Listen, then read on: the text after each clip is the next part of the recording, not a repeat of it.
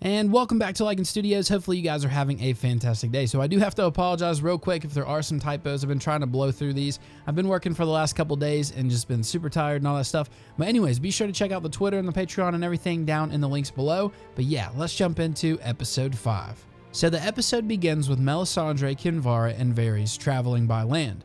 They are leading an enormous party of over 25,000 soldiers. Melisandre and Kinvara were able to bring 1,000 men of their own, along with several thousand followers of Rhaelor. They are followed by Theon, Yara, and the commander of the Golden Company. Behind them are several thousand Ironborn men and the 20,000 soldiers from the Golden Company. They were able to get enough dragonglass to fill a wagon, but not nearly enough to arm them all. Melisandre and Kinvara finally find the location where they plan to set up camp while they wait for Jon, Dany, and the others to arrive. Some of the followers of Rhaelor begin to make several massive bonfires by the river while Melisandre and Kinvara begin to chant different prayers to the fires. They talk about the long night and the one who will bring the dawn, as well as the great other and the Lord of Light. They finish by saying the night is long and full of terrors, but tonight those terrors will be extinguished. Varys is very unsettled by the chanting and the red women. As the day grows darker, the rubies on their necks continue to glow brighter. After all the prayers and chanting die down, Kinvara walks over to speak with Varys. She asks him if he was looking into the flames as they prayed. She says, "Would you like me to show you the answers the Lord of Light has given us?" Varys can barely make eye contact with Kinvara as she leans in close to him and begins to whisper. She says that there will be a great battle here tonight, and we all have a part to play. Almost everyone you see here tonight will die. We must all make our sacrifices. I will die tonight, Melisandre will die tonight, and you, Varys, will die tonight. The Lord of Light has given us protection, but now we must protect him. The next scene is in King's Landing. There are several people gathered inside a big hall. Qyburn and Euron are standing at the top of the steps on a large platform. After a few moments, Cersei walks in with her escort, the Mountain. Cersei is wearing a black gown with golden trim with a lion and kraken stitched to the back. Next to Euron is a pillow with 2 brand new crowns on it, displaying the kraken and the lion made of solid gold. Now that Cersei has given up any shred of faith she might have had, she has her hand of the king, Qyburn, marry her to Euron. Afterwards, Euron places the new crown on Cersei's head and she places the new crown onto his, making him the king. There is no feast, no music, or bedding ceremony since Cersei is still recovering from the miscarriage. Instead, they go outside to check up on the defenses in King's Landing. All of the Lannister soldiers are now staying inside the walls. More pitch and wildfire are being brought up and placed near each gate that enters the city. More barrels filled with steel arrows are being placed beside the ballistas, and there are now a dozen aimed at the sky. Qyburn walks up to Euron and Cersei and tells them that the final phase is now complete. The next scene is Jon and Dany flying further south on Drogon and Rhaegal. Before they left White Harbor, Bran said they must go to the Trident, but he hasn't said exactly where they should land, until they see a massive force making camp near a bend in the river. They can see several large fires burning in the night sky. When they approach the camp, Bran signals to Jon that this is the place. This is where they must land. After they land the dragons, Dany is first greeted by Varys, who is accompanied by the commander of the Golden Company. Varys introduces the commander to Dany and Jon. They are in shock that he was able to pull this off. They had pretty much assumed that he fled the north to protect his own ass. This couldn't have came at a better time. They need all the help they can get after losing the majority of their forces at Winterfell. Theon also tells Jon that he has taken most of Euron's fleet, along with several thousand Ironborn men. Dany gives Yara a hug and tells her she is sorry for what she has went through. She swears that once they kill the Night King, Cersei Lannister and Euron Greyjoy will be next. Varys tells Jon and Dany about Melisandre and Kinvara being there, with thousands of followers of the Lord of Light. He says that they made him come with them, or else he probably would have went north. He also tells them what the Red Women said, about almost everyone including himself dying tonight. Jon doesn't like what he is hearing, especially since Melisandre was burning people alive before, like Princess Shireen. Jon tells Dany that he needs to speak with Melisandre immediately. He also needs to keep Davos away from her until he can figure it all out. Jon doesn't want a war to break out amongst themselves before the Night King even arrives. Jon walks over to the fires where Melisandre and Kinvara are surrounded by soldiers dressed in red. Jon notices the ruby in Melisandre's necklace and how it's glowing brighter than he has ever seen it before. When Melisandre sees Jon, she decides to approach him before he can say anything in front of the others. Jon says, "What are you doing here? I told you to." Well, Melisandre cuts him off and says, "I know what you told me, but you need me now more than ever. Darkness will be upon us soon, and I told you I can help you defeat the Night King. The time has come. There is no more running from this. We will all dance amongst the fires tonight. There will be a great sacrifice here tonight, Jon Snow. I have seen it in the flames. It must be done."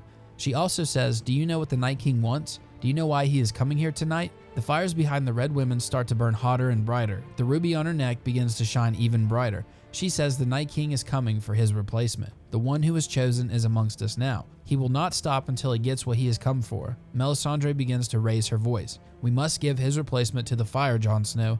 The great other is here, and we must put an end to all the terrors in the darkness." Her voice starts to draw attention from everyone in camp. People begin to gather around Jon and Melisandre. She continues to say, "We must give him to the fire, Jon Snow. We must make this sacrifice." The tensions start to rise throughout the crowd as the fire continues to grow brighter and hotter. The brightness of her ruby is beginning to blind some to the point to where they have to turn away from her.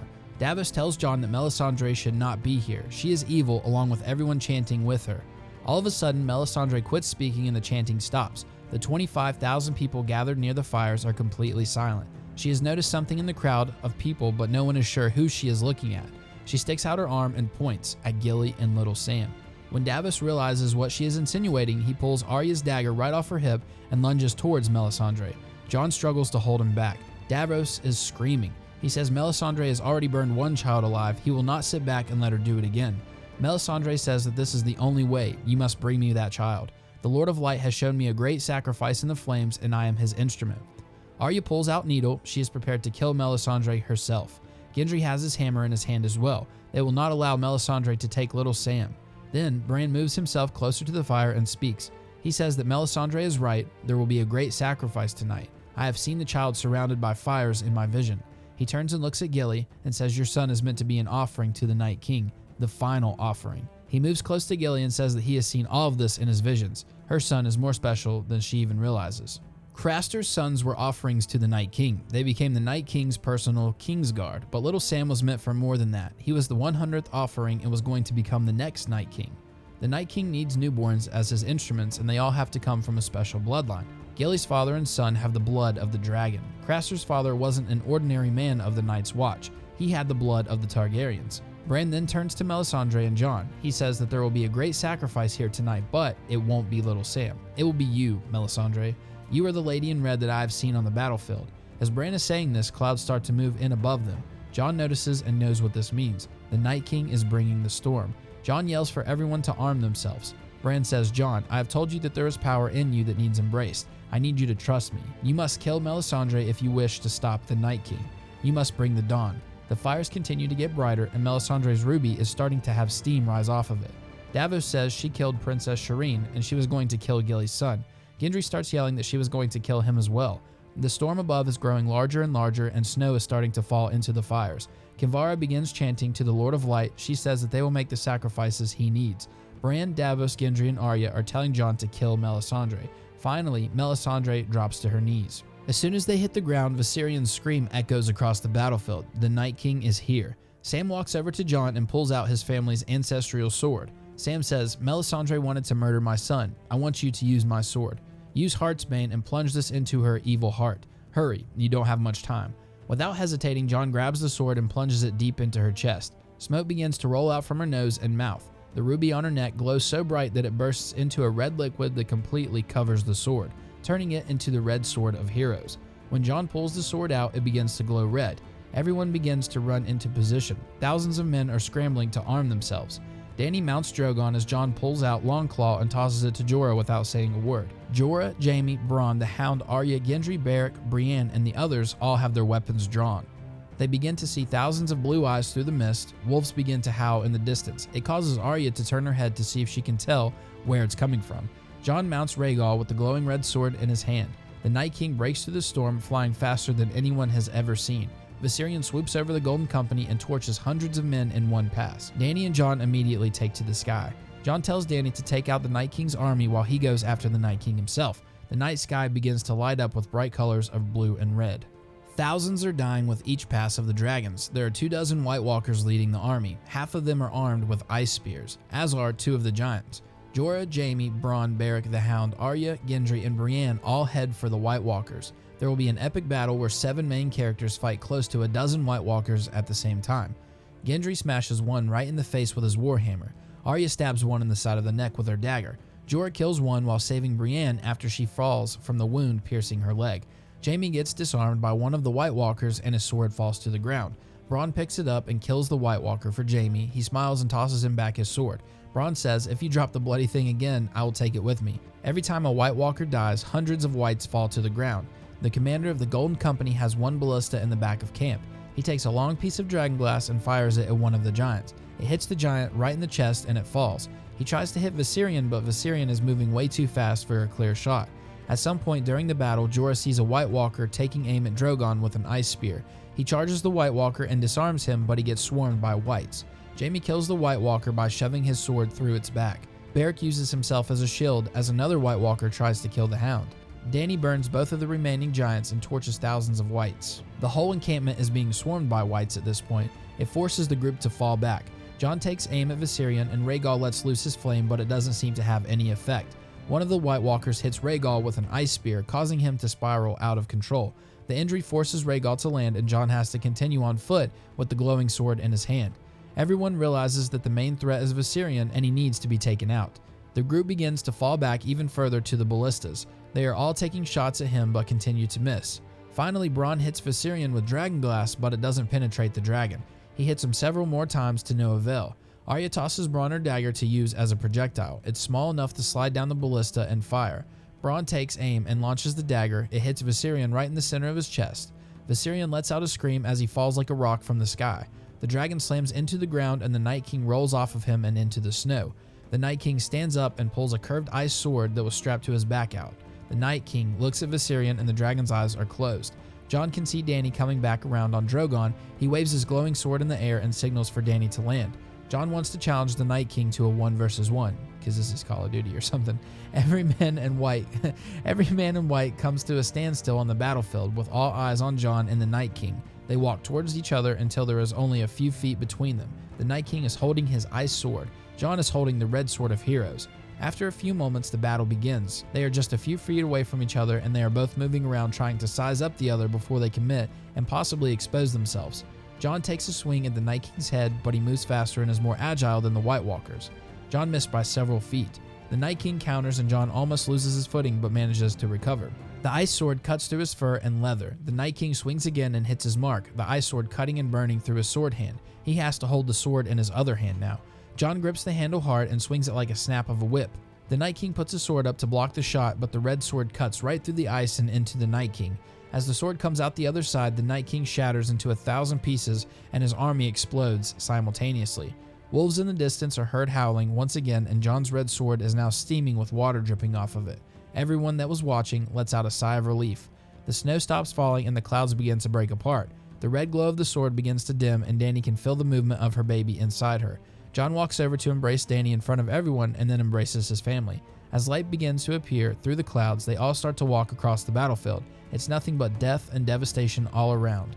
Jon tells Dany that they must go to King's Landing now. They talk to the commander of the Golden Company to learn about the defenses of the city. He tells them about the ballistas and wildfire placed at each gate. They know they don't have the numbers to breach it and that it will be extremely difficult flying overhead with all of the ballistas. Jaime and Tyrion say that if they can get them inside the walls, they can get them to the Red Keep. There are several secret ways to enter and exit the castle. They load up everyone that can be useful for the mission. The final scene is in King's Landing. Cersei, Euron, and Qyburn are discussing their tactics in case of a surprise attack. Cersei tells Qyburn that if the city is about to fall, he needs to make sure the candles are lit near the wildfire. Cersei has no plans of surrendering or fleeing the city. She intends on blowing up everything if the walls are breached. Qyburn has placed wildfire underneath most of the city, but the majority is under the Red Keep. There are hundreds of pots in the lowest level of the cells. After they discuss their plans, Cersei tells Qyburn to leave so she can have a word in private with Euron. Jon and Dany land the dragons a few miles away from the city. They land at dusk, but once it's dark enough, they plan on sending Arya and Jaime ahead first. Arya used to chase cats all over the Red Keep and she knows about the storm drain that emptied into the Blackwater Bay. They are going to take a small boat from the village and head into the bay. Once there, they will enter the storm drain and find their way into the Red Keep. Once inside, Arya will use the face of one of the guards while Jaime looks for Cersei or Euron. Once Arya has the face, she will try to clear out the men posted on the ballistas and open one of the gates to allow the others inside. Jaime and Arya are ready to leave, but Jaime is stopped by Bronn. Bronn gives him his dagger and tells him it will be close quarter fighting and easier to use than a sword. He laughs and says it will be easier for him to hold anyways. They find a small boat and slowly make their way into the bay. They pull the boat into the rocks and enter into the storm drain. It takes them around an hour to find their way through the darkness, but they find themselves inside the dungeons of the Red Keep. Arya and Jaime head their separate ways from here. Arya slips outside the Red Keep and it's not long before she has stolen a face and uniform from a guard she has killed. She heads straight for the wall where the main defenses are. Arya is light on her feet and very quick. She crouches down along the top of the wall and begins slitting the throats of everyone posted beside the ballistas. She has to take her time to avoid being detected, but someone eventually spots one of the bodies and sounds the alarm.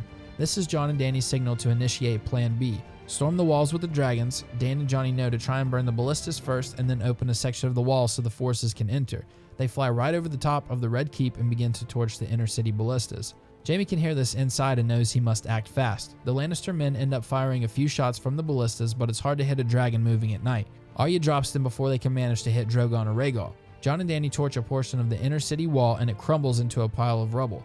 Jon lands and lets the rest of his men inside the blown out hole. Out of desperation, Cersei orders the mountain outside. I typed blowout hole, that's hilarious. He's not to allow anyone inside of the Red Keep. She signals for Qyburn to prepare to light the wildfire down in the cells. She is not prepared to let her city fall while she is still alive. Euron leaves to help Qyburn see it through, but in reality he is planning on escaping the city, leaving Cersei to her own demise. Jaime sees the mountain walking down the stairs, so he hides until the mountain passes. Then Jaime climbs the steps to the Red Keep and sees Qyburn and Euron around the corner, walking out of the room. Jaime pulls out his dagger, remaining out of sight and on the corner of the wall. The Hound eventually spots his brother outside. The mountain is walking atop the wall, burning the pots of wildfire stashed at every post. The Hound finds his way up and challenges his brother to a 1-versus-1 combat. More Call of Duty. An epic sword fight will ensue, but the Hound is no match for a stronger and older brother. At some point, the sword fight turns into a fist fight, but the Hound isn't doing any damage. But the Hound will eventually smash a pot of wildfire over the Mountain's helmet, which manages to knock him down. Then he picks up a torch and tosses it onto his brother, cooking him inside his armor. Qyburn and Euron come around the corner and Jaime shoves the dagger into Qyburn's throat, down to the handle. Euron is caught off guard but manages to grab Jaime and take him to the ground. An intense struggle between the two will last for several minutes until Jaime manages to knock out Euron's teeth with his golden hand. Then he pulls out the dagger from Qyburn's throat and plunges it into Euron's chest. Jaime leaves the dagger and walks into Cersei's chambers next. Jaime enters and Cersei cannot believe her eyes. Jaime was the last person she expected to see. She can see the blood on his hands and begins to cry out how much she loves him and how thankful she is to have him here. She starts to touch her stomach and tells Jaime that she has his child inside of her. Jaime doesn't say anything at first, but he allows Cersei to embrace him. His eyes begin to fill with tears as he looks at her and tells her he loves her. He gives her a kiss on the forehead and Cersei begins to cry, saying she knew he would come back and save her. She leans in to kiss him, but before their lips can touch, she starts gasping for air. Jaime has both hands on her throat, squeezing as tight as he possibly can. Cersei falls down to the floor and Jaime moves with her. He is on top of her, still squeezing and pushing. Tears start to roll down his cheeks as she struggles for air until her body finally quits moving. As her eyes begin to close, the scene will fade to black and end with the reigns of Castamere. So yeah, guys, hopefully you enjoyed 5. There's a lot of things going on right here. We'll definitely break it down. We'll get through episode 6 within the next couple days, and then we will move on to the breakdowns. But yeah, this has been Lycan Studios. Make sure to smash that thumbs up button. Peace.